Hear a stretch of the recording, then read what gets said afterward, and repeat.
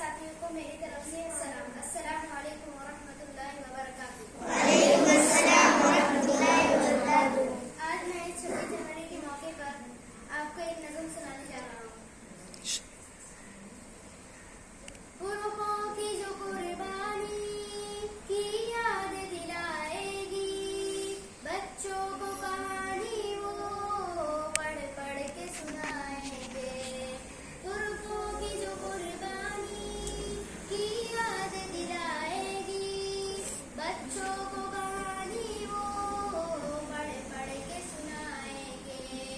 विज्ञान में खेलों में, इतिहास में शिक्षा में, विज्ञान में खेलों में, इतिहास में शिक्षा में, दुनिया में खुद अपनी पहचान बनाएंगे।